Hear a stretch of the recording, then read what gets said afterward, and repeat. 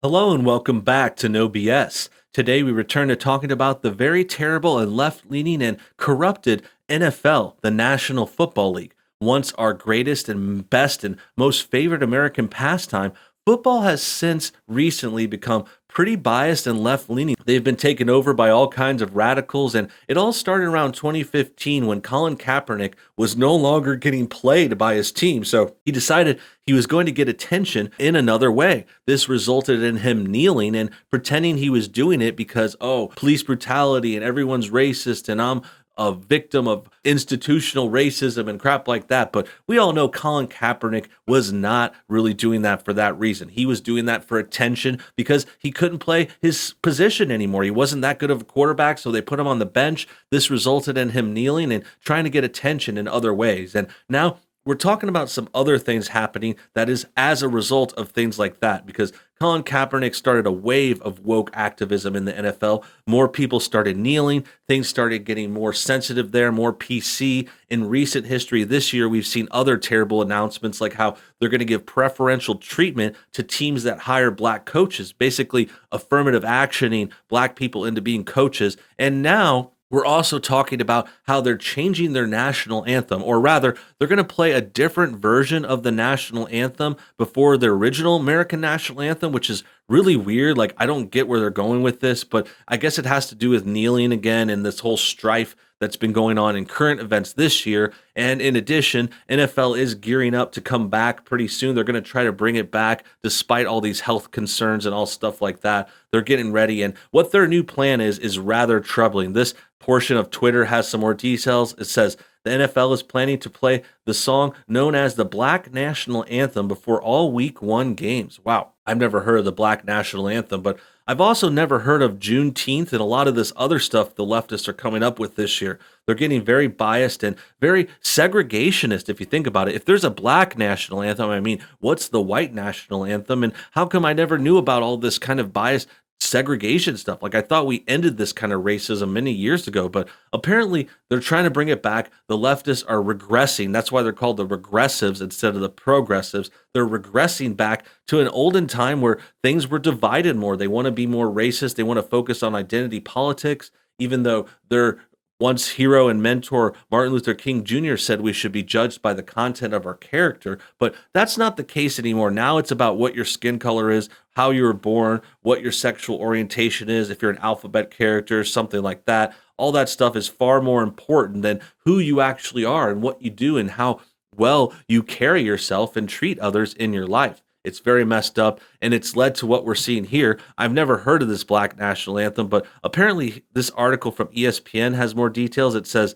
"Lift every voice and sing," commonly known as the Black National Anthem, is expected to be performed live or played before every Week 1 NFL game. Now, I think this is in addition to the regular national anthem. I mean, it's like whatever. It's not like it pisses me off. I'm not like going to get triggered by this, but it is worth noting. It is funny. It is weird too. Like I was saying, like, I don't know where this black national anthem thing even came from. Like, I don't know why they need their own national anthem. I think everything is just racist now. They're trying to erase our history as well. We've seen them tear down statues. They're canceling 4th of July and other American holidays. Our history has been corrupted. And now our national anthem is getting challenged by this black national anthem. This better be good. I got to say that. I'm going to be watching it very intently and seeing how this plays out at the games. But for now, let's read more into this story and see where it goes. Lift Every Voice and Sing, traditionally known as the Black National Anthem, is expected to be performed live or played before every Week 1 NFL game,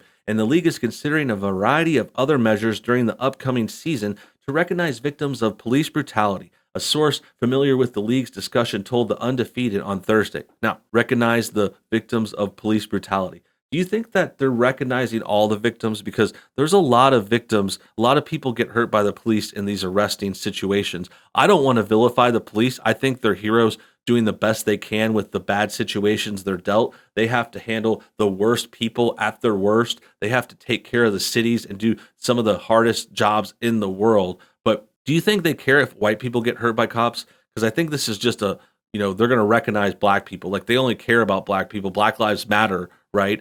And in addition to that, they don't even care if these victims of police brutality might have, in fact, started the fights with the cops. Most of the time, we hear these stories about these random arrests that the liberals want to bring up. Almost every time, the guys not only committed a crime, but they resisted arrest and tried to fight the cops and grab their weapon and punch them and all this kind of stuff. So to then call that police brutality when it gets flipped back on them is rather ridiculous. It's rather cherry picked and just like a terrible one sided interpretation of that story. It makes no sense. And it just shows how bad this whole situation has become. The song would be performed before the Star Spangled Banner. The source said the NFL's season opener is scheduled for September 10th with the Kansas City Chiefs holding the Houston Texans. Now, that's interesting because Kansas City Chiefs are supposedly an offensive thing now. Also, the Washington Redskins are being called out for their name. Any name that references Native Americans or any kind of historical stuff in our country is being attacked because it's supposedly offensive, even though an honest, straightforward person would realize this is honoring those people. This is honoring our natives, honoring the people. Like Houston is the Texans. That's representing the Texans in a positive way, as is the Chiefs. But that's the crazy world we live in.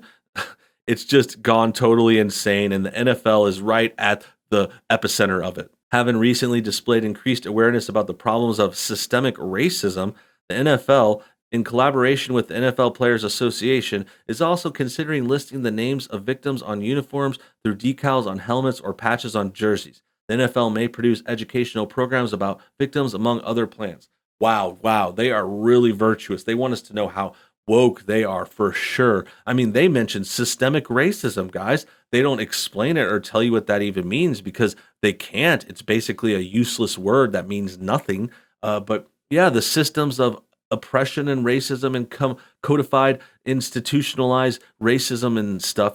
That sounds important, right? Oh, they use systemic. That's a big word, but what does that mean? I mean, the NFL is calling out systemic racism. I mean, do they realize how many black people are millionaires in the NFL? Like, the NFL is mostly black, right? Like, how do they explain that? If we were so racist, why is the NFL making so many black people millionaires? Why are they hiring so many players? Like, the numbers aren't even close. Like, there's a great majority of black people in the NFL, but it's still not enough. You know, they're still not happy. They're still complaining. It's the kind of thing you get from these SJWs a lot. They're never happy or pleased. That's why they're also pushing for more black coaches.